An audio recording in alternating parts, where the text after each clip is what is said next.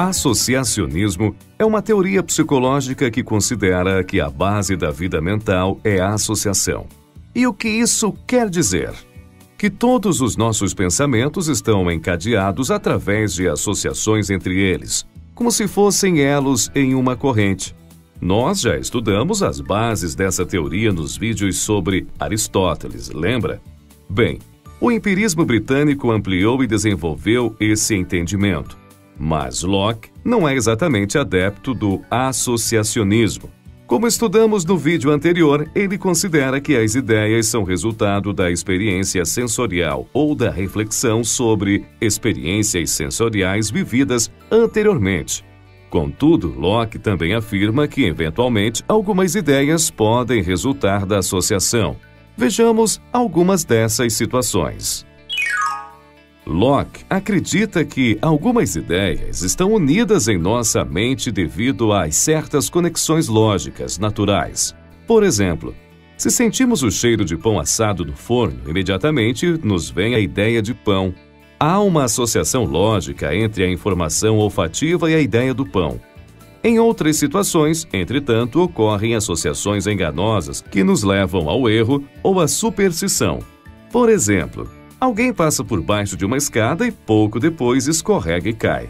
A pessoa associa então a passagem por debaixo da escada à má sorte. Note que, segundo Locke, podem existir dois tipos de associações: aquelas baseadas em conexões lógicas e naturais e aquelas que são meramente circunstanciais. As primeiras são seguras e nos levam ao verdadeiro conhecimento. As segundas são equívocos que nos levam a crenças irracionais.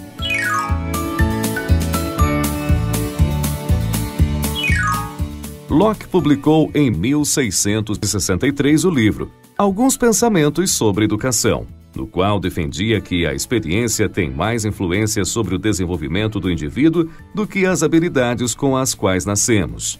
A obra teve um profundo e longo efeito sobre o pensamento educacional no Ocidente.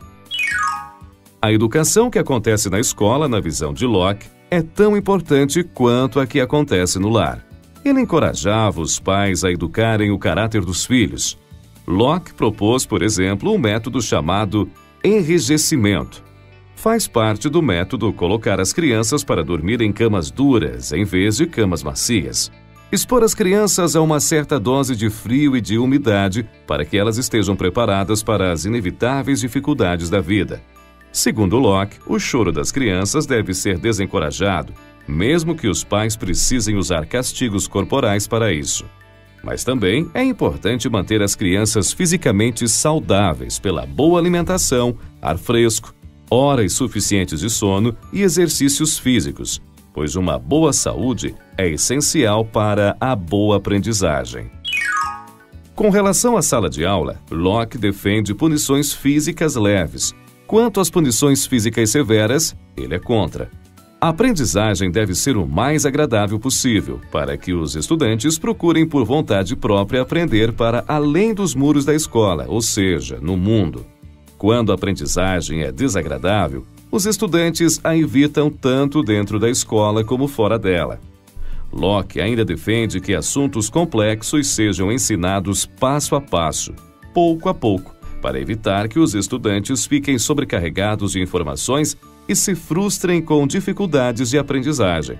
Pelo mesmo motivo, as tarefas não devem ser excessivas nem extremamente rigorosas. Também é importante que o professor reconheça e elogie o progresso dos alunos.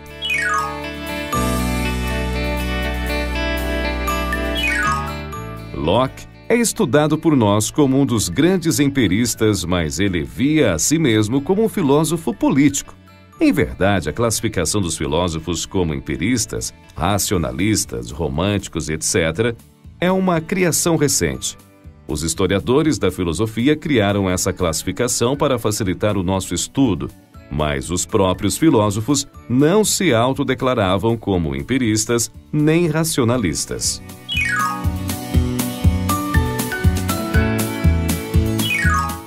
Com relação à política, Locke questionou a ideia de que os reis tinham o direito divino de governar.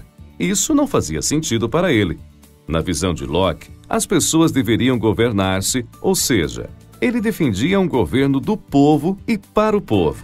Esse entendimento está de acordo com sua compreensão de que as pessoas não devem aceitar verdades impostas. Vimos no vídeo anterior que Locke não acredita em ideias inatas, ou seja, não acredita que nós já nascemos com ideias em nossas mentes. Não. Então, todos devem ter a liberdade de buscar ativamente pela verdade através da própria experiência.